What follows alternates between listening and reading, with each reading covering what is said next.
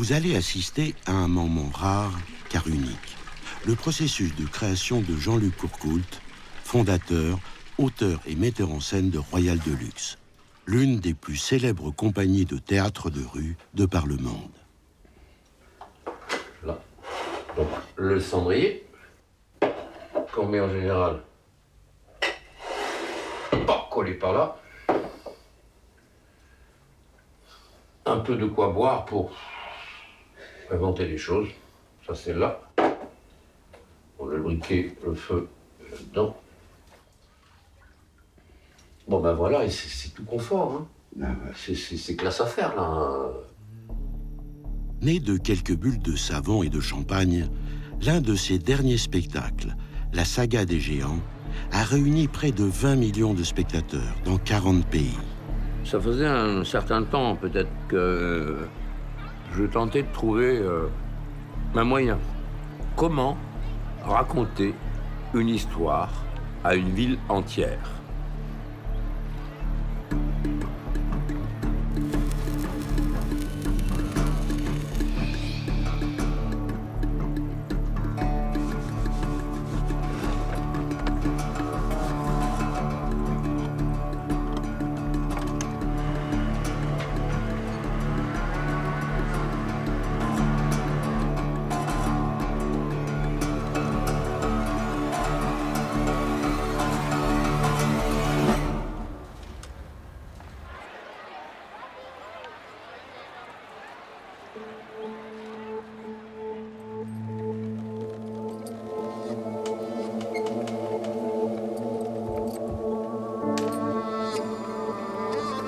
C'est vraiment quelque chose qui nous reste ancré dans notre imaginaire, en fait, comme l'histoire de Gulliver.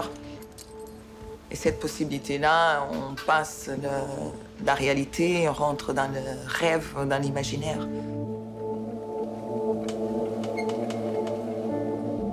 D'un seul coup, toute la ville est arrêtée. On est dans un moment intemporel. Toute la journée, je vais les suivre et puis je vais voir ce qui se passe.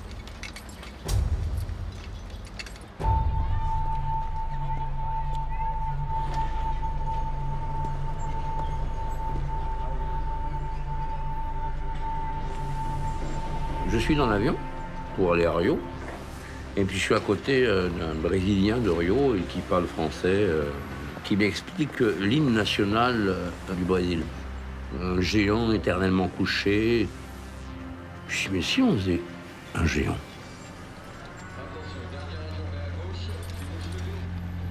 Et Jean-Luc dit, le spectacle, je vais réveiller le géant et on va le faire descendre dans la ville. Et là, il travaillait sur le premier géant. Et ce qui m'a frappé, c'est comment toute cette équipe des créateurs, qu'ils soient techniciens ou comédiens ou un peu acteurs dans la mise en scène, la déambulation du géant, ils commencent à dire, bon, alors le géant, il va faire tant de mètres parce qu'il faut qu'il soit assez grand, qu'il fasse 3 étages d'immeuble. Et donc, pour bouger les yeux, il faudra qu'il y ait quelqu'un dans la tête qui va pouvoir bouger les yeux. Et voilà. Il y a tout d'un coup un champ du possible qui est ouvert par la folie de l'image.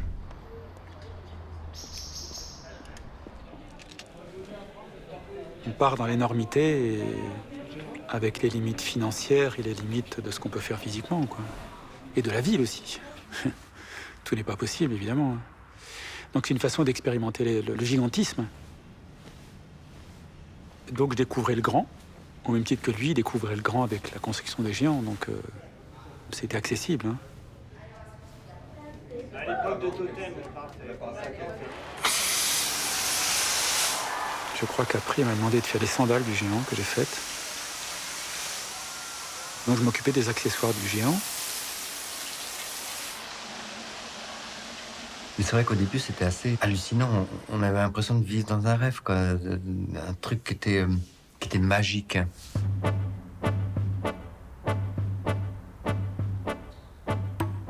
Allons-y, quoi. Allons-y à fond. Puis faisons le plus de conneries possible, quoi. Les gens, depuis 10 ans, ont eu l'impression que le Royal, c'est que des géants. Il y a toujours eu des créations.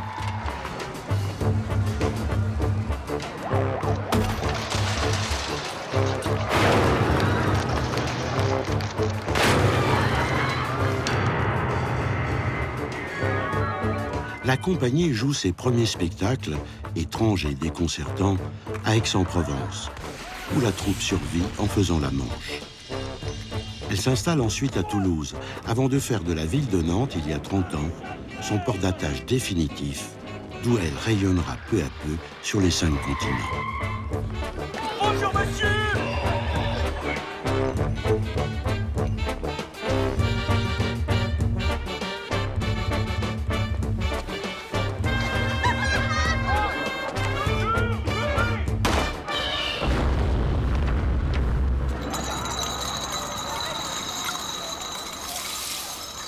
Je m'en fous, je laisse tomber, j'ai pas besoin de venir. Je viens juste à l'heure où on commence et je m'en vais juste après, terminé. Je l'ai fait ce soir. Mais tu peux Parce pas... qu'à ce moment-là, tu es trop fragile pour l'entendre. Mais nous sommes fragiles. Il peut faire peur, Jean-Luc. Parce que tu sais pas toujours comment il peut réagir. Qu'est-ce que je vis, moi? Tout le temps, à chaque seconde, j'ai le truc qui vit, moi. Dès qu'il y a un truc qui marche pas, putain, Bien j'ai sûr, envie de partir. Travailler avec Jean-Luc Courcoult, c'est comme être dans une montagne russe. Des fois, on s'envole, c'est super, et des fois, on s'écrase. C'est vrai qu'avec lui, tu sais jamais l'aventure qui va t'emmener, et puis il n'aime pas qu'on s'accommode. Donc, il nous provoque aussi pour aller toujours plus loin. On a 4 spectacles dates à faire. À Nantes, en plus. Effectivement, oui, il a une forme d'exigence. Voilà. Et après... Mais c'est pas une exigence sur la réalisation d'un détail, c'est une exigence d'une dimension à atteindre. Comment? T'as bien réagi comme il fallait. Et d'une profondeur et de... Même dans l'humour et la fantaisie que j'aime beaucoup elle.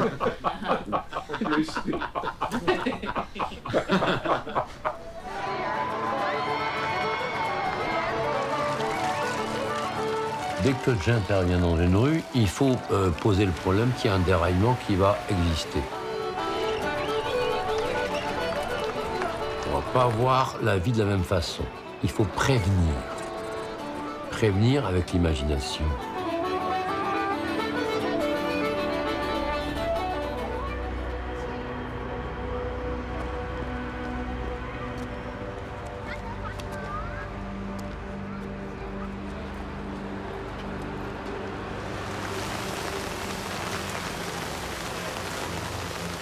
On surprend et on commence à bousculer un petit peu les choses, de façon à préparer les esprits à ce qui va arriver.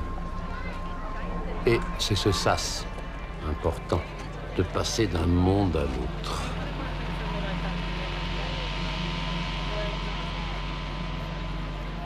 C'est ce qui nous étonne et ce qu'on aime quand même. Ça nous étonne, mais on adore.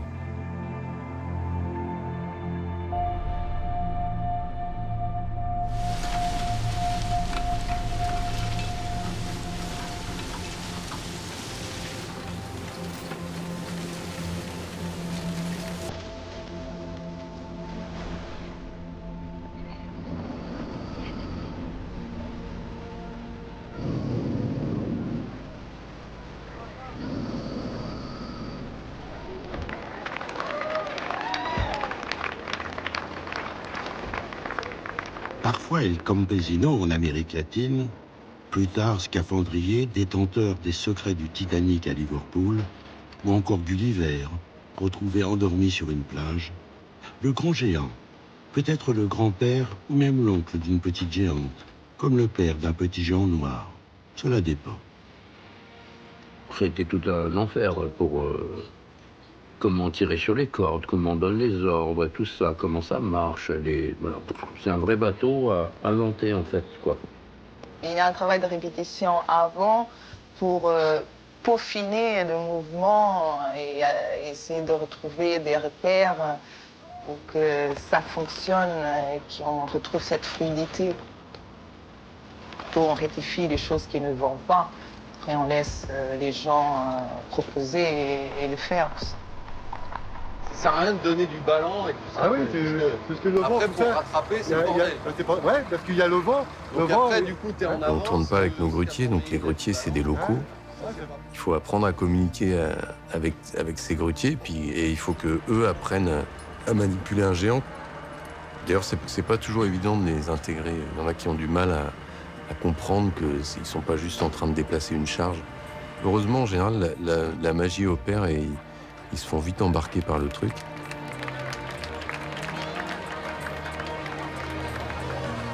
Il faut essayer de comprendre pourquoi le mouvement de grue, s'il est trop rapide, annule l'émotion, ou la minimise.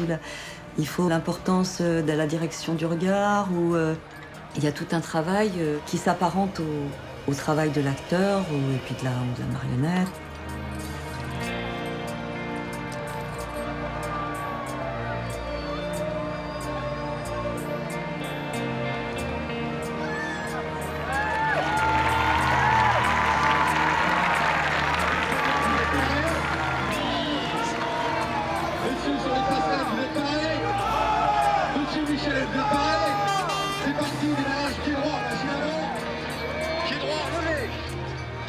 Les gens qui voient passer le géant, de loin, ils voient que le géant, puis quand ils se rapprochent, ils commencent à voir les détails, ils commencent à regarder les Lilliputiens.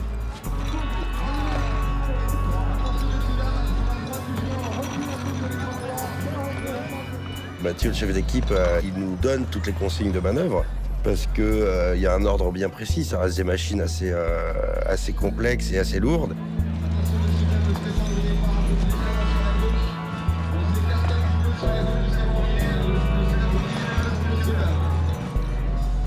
Moi, je suis aussi là pour leur redonner le rythme et pour essayer de relancer quand ça redescend un peu, parce que des fois, les marches sont longues. Donc, il y a des moments où ils fatiguent un peu, ça gueule moins, donc il faut essayer de relancer la machine.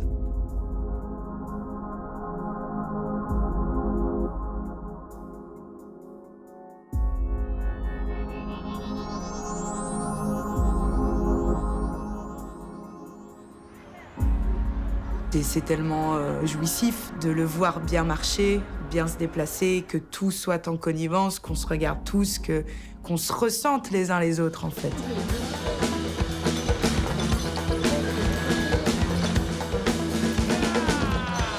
L'initiative de faire des chorégraphies dans les sauts, c'est les Lilliputiens. Après, le fait de gueuler, d'avoir une présence forte, ça, c'est Jean-Luc qui y tient, et puis il a raison, parce que ça apporte de l'énergie, quoi.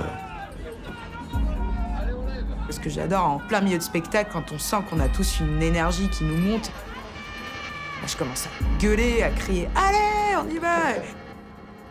On s'en rend pas compte, mais vraiment, on force en fait sur notre corps.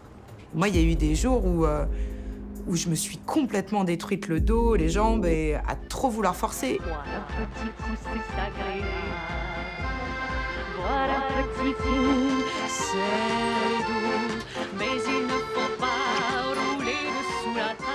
Les jeunes arrivent avec leur envie, avec l'envie de tout déboîter, mais comme nous, quand on avait leur âge, quoi. Et ils savent qu'ils sont pas n'importe où, ils sont Royal de Luxe.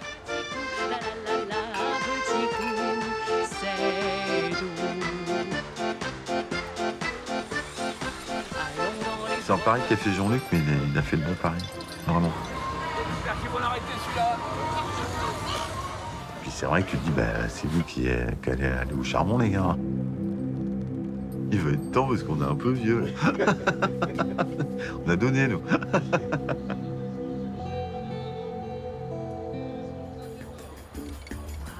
Ils savent qu'ils ne peuvent pas l'arrêter.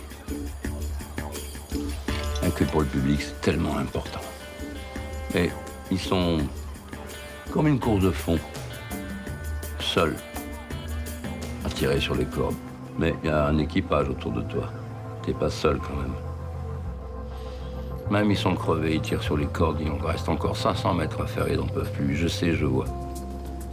C'est pour ça que je marche comme ça, je viens autour de vous. Leur montrer, il faut qu'on y aille jusqu'au bout là. Et là, il y a autre chose qui se passe. Une autre dimension. Et que le public le ressent. Sans voir réellement les choses. Ce à bout de souffle là. Et qu'on continue quand même. On s'arrêtera pas.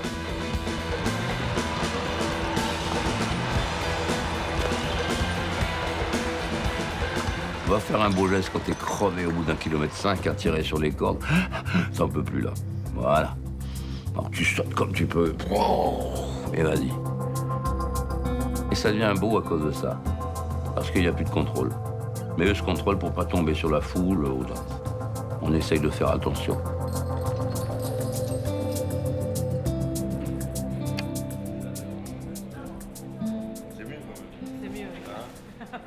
J'adore quand des jeunes gens ou des jeunes filles viennent essayer dans le stock et on voit je choisis un costume par rapport à leur taille. Et d'enfiler la veste, il y a toujours un petit moment d'émotion et de fierté.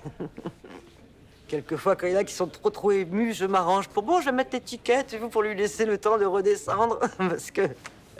Ou qu'ils deviennent tout rouge. C'est rigolo, je trouve ça mignon, c'est super. Quand j'ai mis le costume, là, j'ai tout de suite sorti mon téléphone et là, j'ai dit prends-moi en photo, faut que j'immortalise, quoi. C'est impossible, c'est bon, quoi. Là, c'est trop cool. Bon, bah écoutez, vous êtes un équipage de choc, donc ça va être super. Donc, à tous et à toutes, un gros merde et à tout à l'heure. Dans l'équipe du Scaphandrier, il y a des gens qui sont hyper attachés à ça. Alors, si tu les vois en dehors de leur rôle de Lilliputien, c'est des punks finis, quoi. Mais par contre, ils sont convaincus qu'on perd quelque chose s'il n'y a pas cette rigueur dans la tenue des Lilliputiens.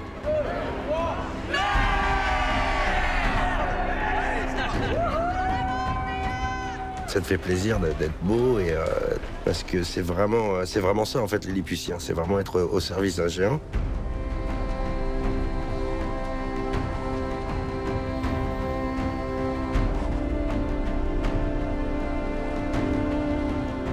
On est tous Lilliputiens.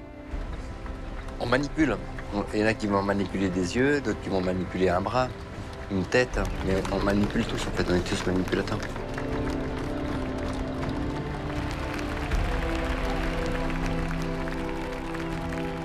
Vraiment, je me tenais fière, droite. J'avais peur, quoi. Ouais, j'avais un trac monstre, quoi.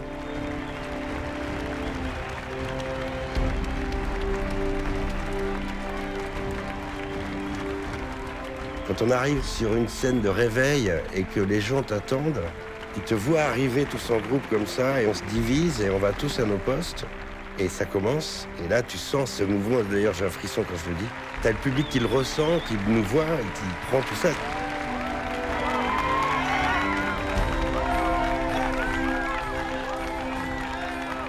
Tout un public a attendu pendant des heures et que ce moment-là, on n'a pas le droit de le rater. Et là, on se regarde, on se fait un petit signe et la musique commence. Et on souffle un peu. C'est comme si on lui soufflait sur les paupières. Et on essaie de le réveiller tout doucement. Et là, on entend « Waouh !» Et c'est le public.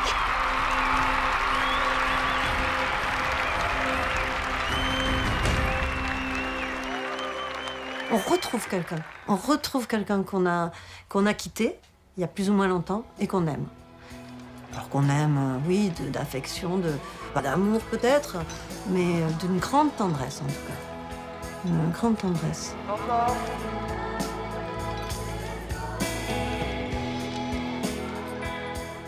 Tu veux pas forcément que ça t'atteigne ou tu mets une certaine distance et en fait, ça t'arrive de plein fouet. Et tu te retrouves comme un gamin en train de t'extasier devant une petite fille qui va faire attention à toi, comme si tu étais là, gamine, à 1 an et demi, en train de faire tes premiers pas.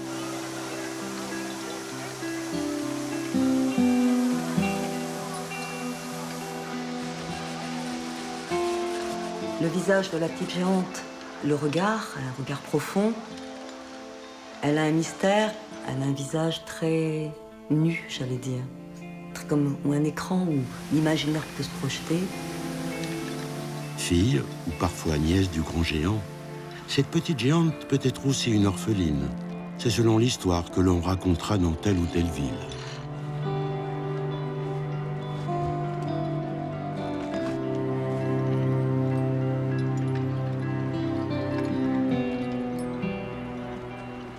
Petite géante, je voudrais profiter de ce somptueux après-midi pour faire un peu de gymnastique. Qu'en pensez-vous? Très bien, très bien, très bien. Alors, nous allons effectuer une série de rotations de la tête autour des cervicales. Allez, c'est parti. On va derrière, on détend bien la peau du cou, on passe sur le côté. Très très bien, très très bien.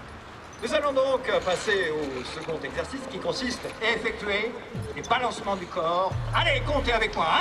1, 2, 3, 4. On y va, allez de l'autre côté. 1, 2, 3, 4. Allez, on y va. Oui, très bien. Belle attitude. Et oui, allez, on y va, messieurs. D'une air. Allez. C'est parti. Allez, on y va. Et 1, et 2, et 3, et 4, et 5, et 6, et 7, et 8, et 9, et 10, et on remonte. Et 1, et 2. Quand on a créé La Petite Géante, je pense que c'est Susanna qui a commencé à... C'est la première fois que c'était une fille qui dirigeait un géant.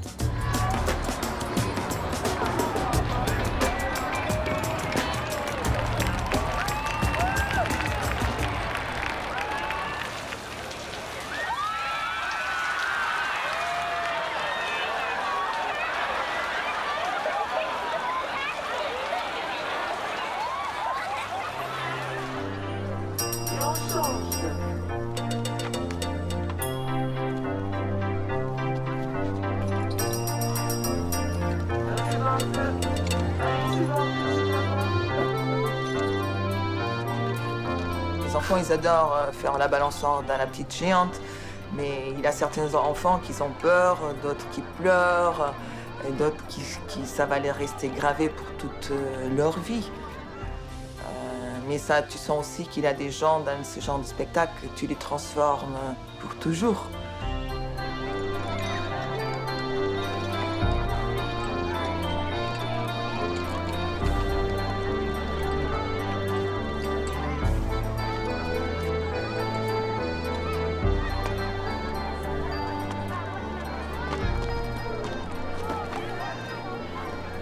Comment on va faire aujourd'hui?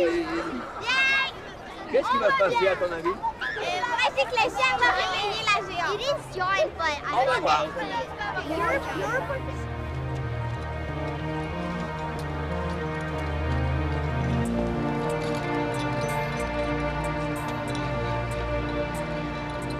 Le chien Xolo, un cadeau pour la petite géante lors de son voyage au Mexique.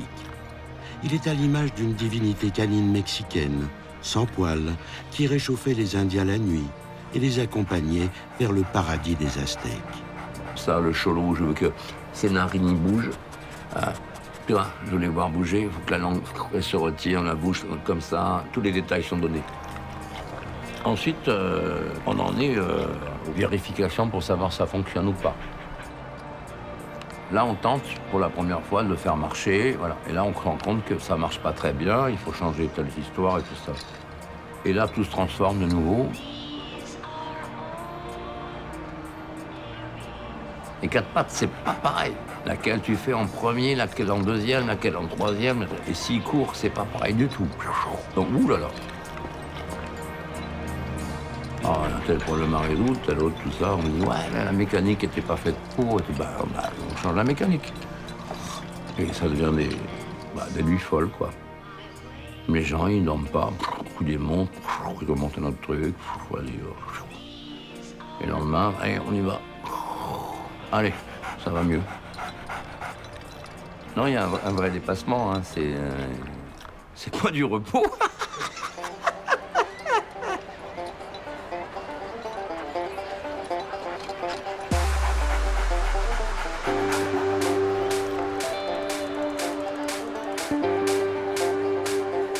Le Xolo, la différence, c'est que tu es sur la machine et que le Xolo, il va à l'encontre des gens, ce qui est super sur cette marionnette.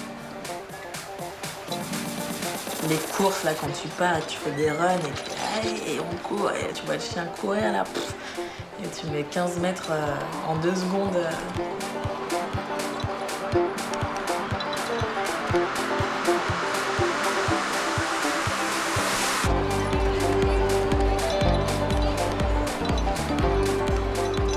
Il a des yeux humains, donc pas des yeux tout noirs de chien, mais voilà, avec, on voit le blanc de l'œil, on voit l'iris, la pupille. Et c'est vrai que ça donne, quand on le voit, on est interpellé par ce regard, parce qu'il vient chercher le regard des gens.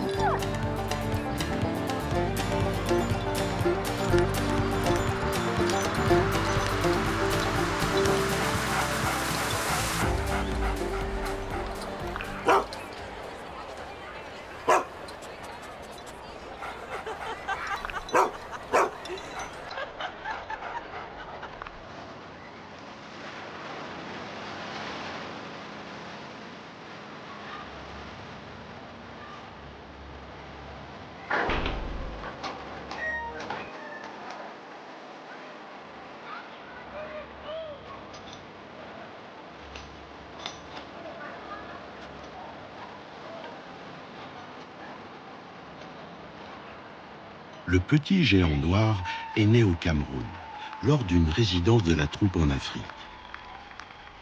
Au Havre, Jean-Luc a voulu qu'on le retrouve dans un container, porté par les flots, échoué sur le rivage. Comme les Africains, ils donnent la vie à un bout de bois. J'adorais cette phrase-là. Ils donnent la vie à un bout de bois.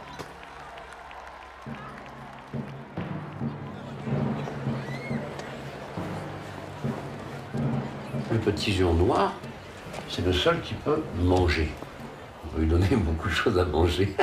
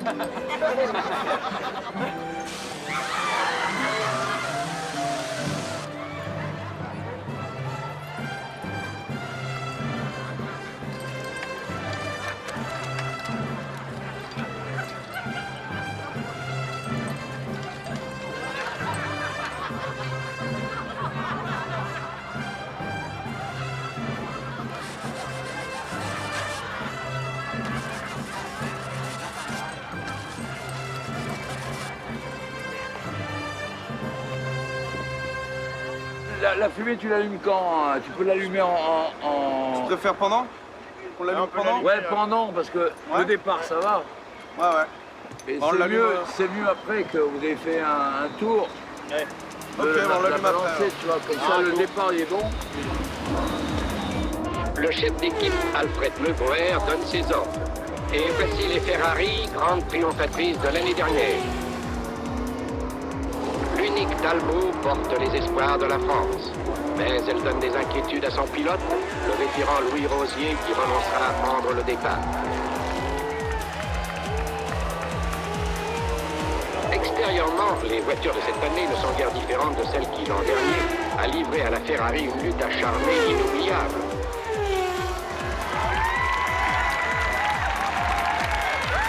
Attention, réhaussement.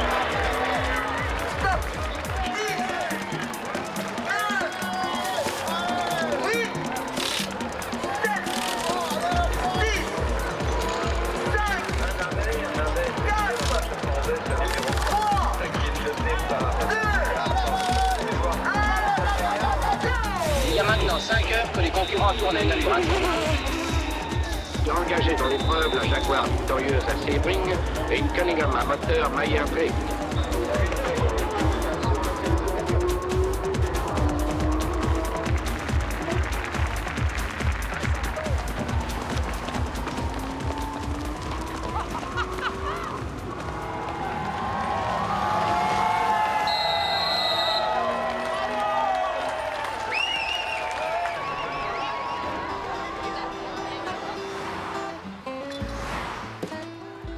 On se calme un peu là, eh oh.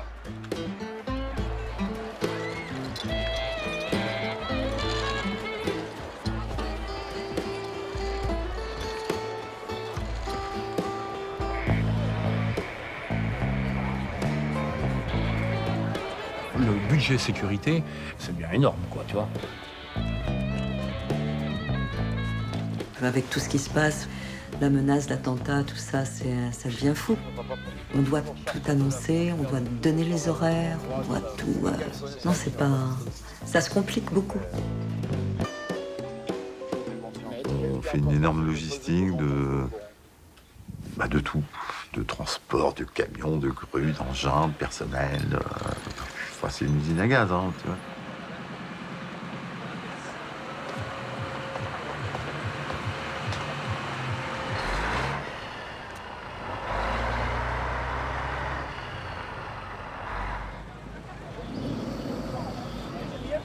Mettez pas 3 heures, il faut qu'on installe maintenant le SCAF derrière là-bas.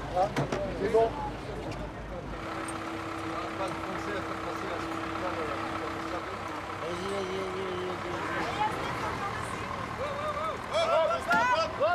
Comme tous les gens me posent cette question, mais ils viennent d'où les géants? Ils viennent d'où les géants? Ils viennent d'où? Je dis, ben là, il faudrait faire une réponse quand même. La réponse soit à la taille de l'univers, de l'imagination, on va dire enfantin ou galopin. D'où l'idée de... les géants viennent avant le Big Bang. Comme c'est une zone inconnue totale, que personne ne pourra mettre les pieds là-dedans, c'est l'espace.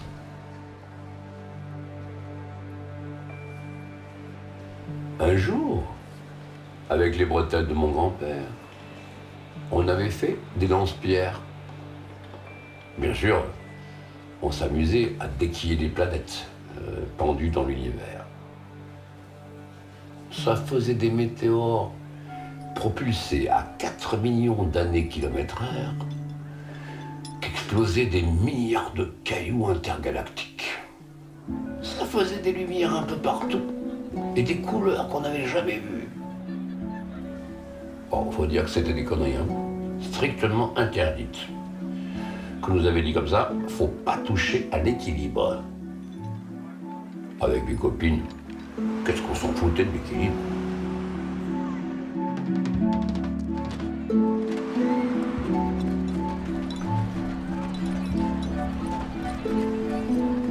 Et tout le monde est venu nous observer et voir le résultat.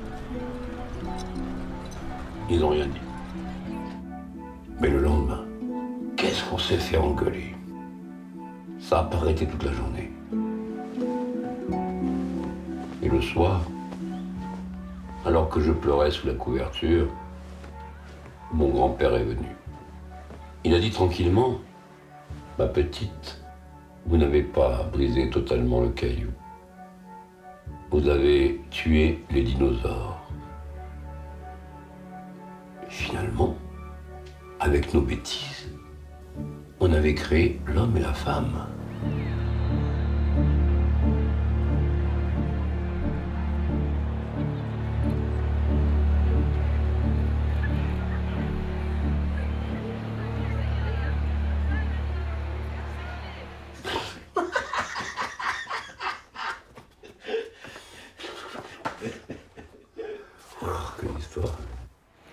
Dernière arrivée de la famille, la grand-mère fait sa première apparition à Nantes.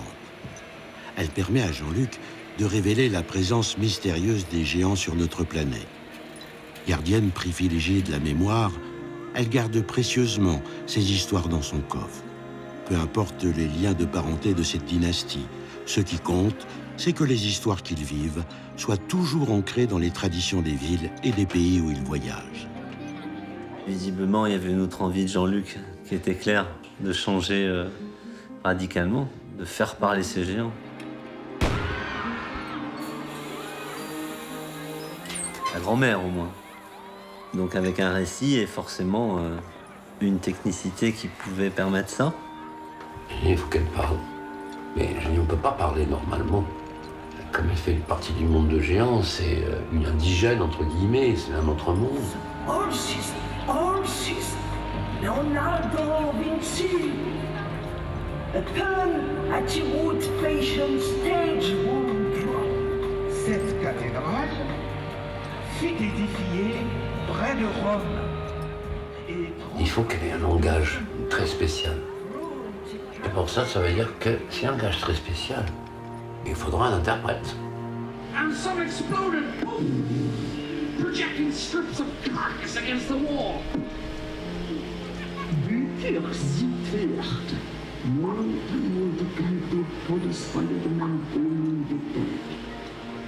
Et Jean-Michel a proposé à Jean-Luc de faire un visage plus articulé, avec des matériaux de synthèse, avec une mâchoire qui est plus mobile que les autres géants, avec des mains plus mobiles aussi.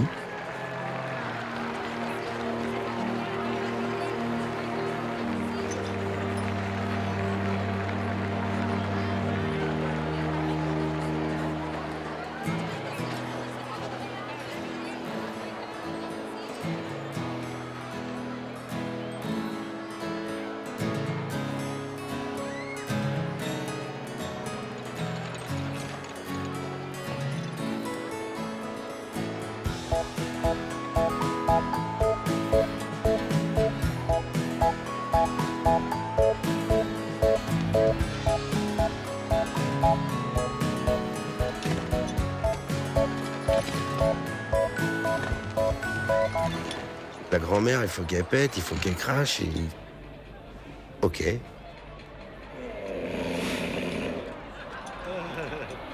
Ça reste une image demandée par Jean-Luc et on suit le projet de Jean-Luc. Messieurs, monsieur Sylvain, la place est vide. Récupération de la flasque.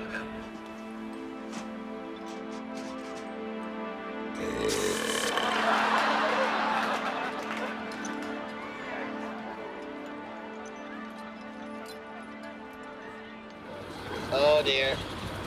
Tu me vois pas là avec mon truc vert là? C'est quoi leur truc là? Tout le monde me voit là. C'est bon?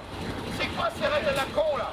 Quand il est avec une équipe de 130 personnes, il a son stress, il a un stress qui est à la mesure des géants, à la mesure d'une ville. Donc, puis comme c'est l'artiste, il supporte pas les réalités, on va dire, administratives, politiques, parce que voilà. Ils stoppent tout. Sans arrêt. On ne peut rien faire. Hier, on a passé la journée entière à pas pouvoir sortir ce putain de truc. Il n'y avait pas de gilet anti... Non, c'était interdit. Jusqu'où on va aller comme ça? Je crois que la colère, c'est quelque chose qu'on ne sait pas entendre parfois. Ça sort quand on n'est pas compris et quand il y a une espèce d'injustice, donc la colère arrive. Je vais comme on est de la merde à travailler comme ça, avec des gens qui ne sont pas capables de prendre des décisions, avec un festival qui n'arrête pas de dire oui, non, c'est pas possible. C'est quoi cette histoire? On ne recadre pas 5 personnes, il faut recadrer 120 personnes. D'où les coups de gueule, parfois. Mais on les connaît, ça va, il n'y a pas de problème. Vous avez gagné la révolution irlandaise. Vous l'avez gagné avec votre t-shirt rouge. C'est comme ça que vous faites votre révolution. Elle est merdeuse.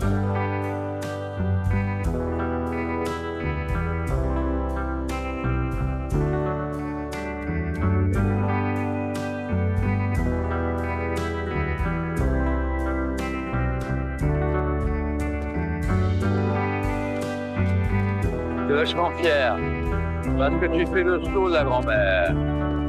Donc tu t'en fous total. Ce qui est important, c'est ce que tu montres au public. Voilà. Et on s'en fout pour qui on te prend.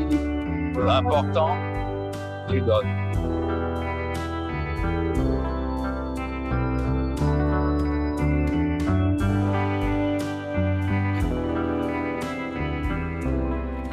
Quand je construis un bateau ou un fauteuil, je suis avec le fauteuil, en spectacle. En général, ça marche bien, mais quand même, on a toujours peur, plus ou moins, de la panne. Elle arrive, forcément. Mais toujours, on s'en débrouille, quoi. C'est jamais arrivé qu'on n'a pas réussi à réparer, quoi.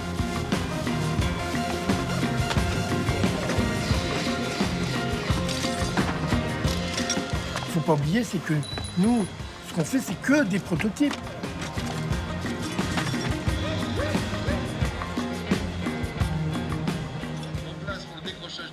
Que les yeux ne fonctionnent pas, que la bouche ne fonctionne pas, que la respiration ne fonctionne pas. Pour moi, c'était quelque chose qui était insupportable.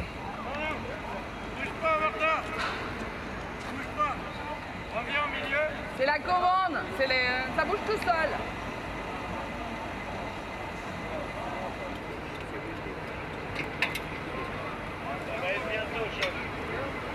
Je suis devenu le spécialiste des yeux et puis et de la respiration, des géants.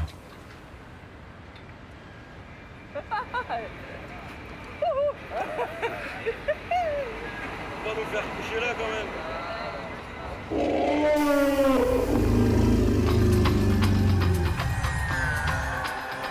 L'éléphant était tellement complexe à manœuvrer, je sais plus combien, 40 tonnes, quelque chose comme ça, qu'il fallait une machinerie interne.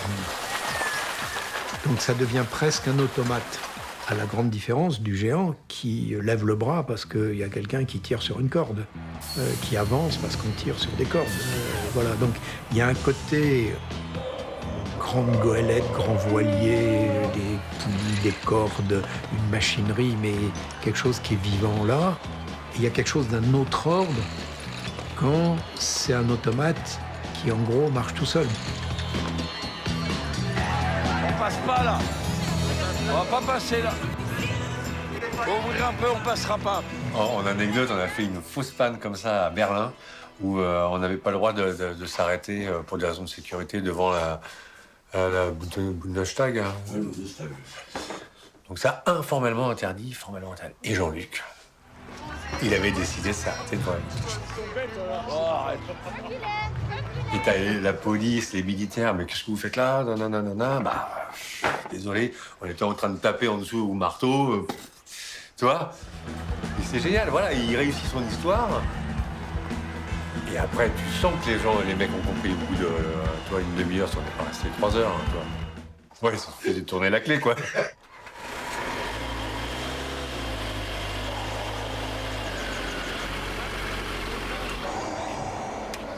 C'est même plus une marionnette, t'es au service du géant.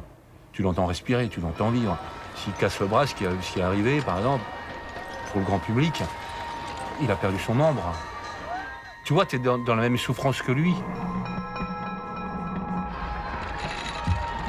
Il est évident qu'au bout d'un moment, le géant dont tu t'occupes devient une réelle personnalité. Mélangé avec l'ADN de toute une équipe. Et toute l'équipe se met autour, au grand service.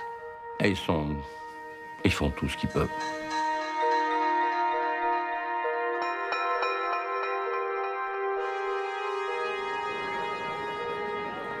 Il y a du respect, il y a de l'admiration. C'est quand même des personnes exceptionnelles, les géants. Il n'y en a pas beaucoup comme eux. Et quand on est devant le géant, en tout cas, moi j'ai l'impression que c'est ça aussi. Il faut que je sente dans quel état il est. Tu vois, je parle de géant comme s'il était vivant, mais il n'y a pas moyen de faire autrement parce que, si pour nous ils n'étaient pas vivants, mais comment ça pourrait marcher?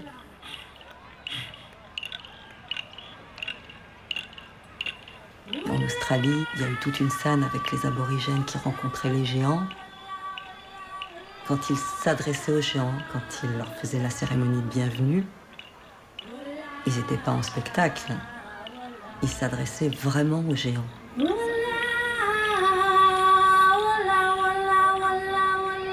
on vient chez vous, mais on partage un truc ensemble, parce que nos géants, ils sont inspirés de vous. Ils ont une histoire avec vous.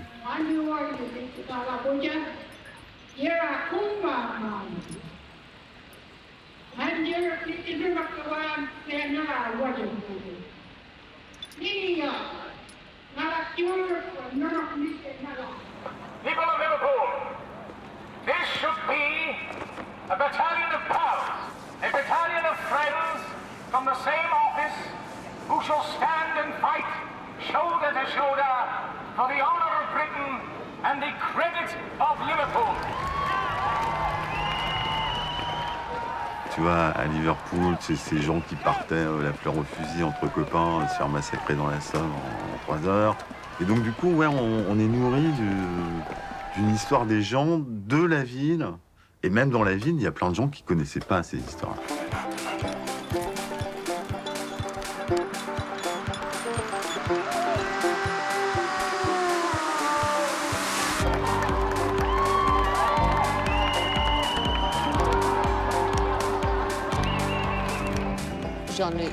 Jean-Luc croit en la narration.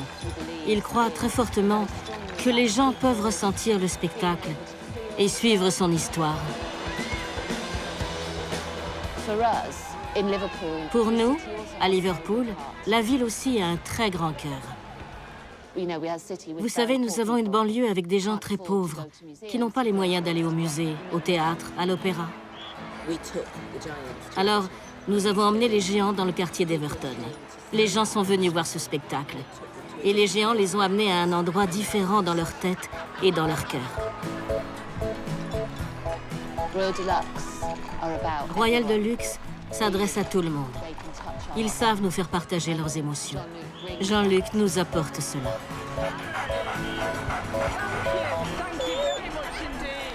Je ne peux que remercier votre grandeur et votre histoire et la confiance que vous me donnez pour inventer et créer ces nouvelles histoires qui sont chaque fois différentes à chaque ville dans laquelle on va. C'est le minimum et le maximum qu'on peut faire, de dire merci, de faire encore aujourd'hui du théâtre de rue gratuit, alors que c'est impossible dans ce monde-là.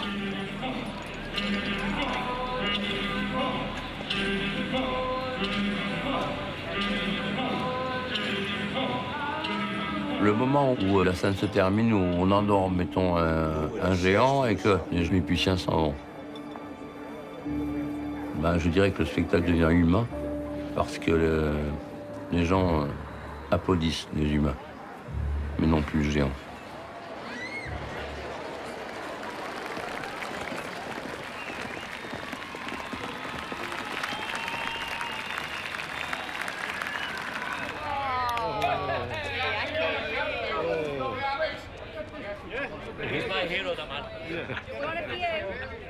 La première journée, c'est quand même l'apparition. Et tout le monde est au courant, mais il faut quand même que le bouche-oreille fonctionne. Dans les troquets, ah, tu sais pas ce qui est arrivé, il y a un truc qui vient, voilà. Et après, le deuxième jour, les gens y viennent, et là, se passe une histoire, et enfin, tu peux finir ton histoire le troisième jour, pour en faire un départ.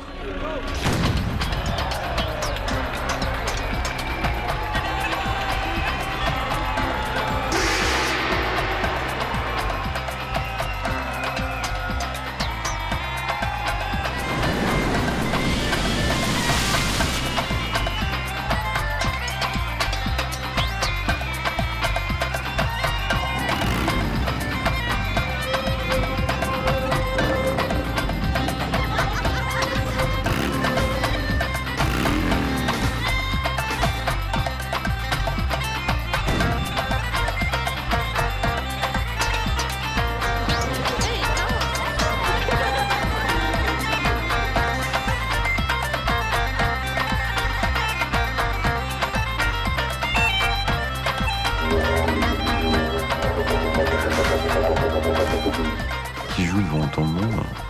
Les Rolling Stones?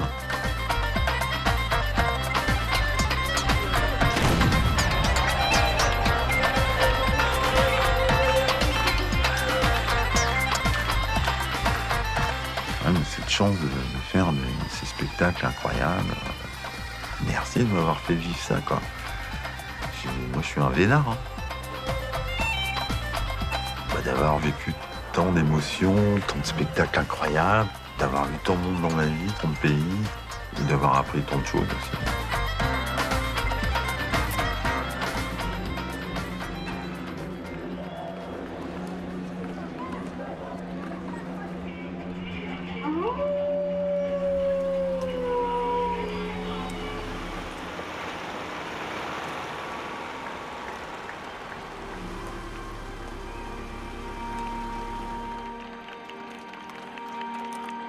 Le départ du géant sur un radeau, on pleure tous parce que, voilà, ça nous échappe et ça fait partie de nous. Et puis, on a l'impression qu'on ne le verra plus.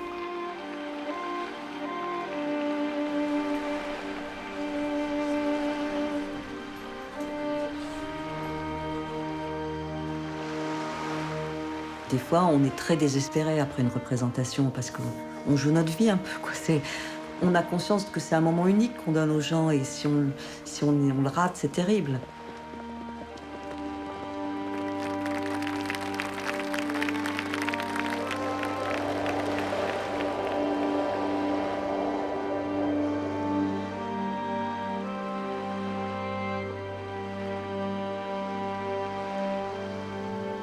Et déjà, à la fin de chaque géant, bon, tout le monde est écroulé, mais Jean-Luc, souvent, il disparaît. C'est vidé.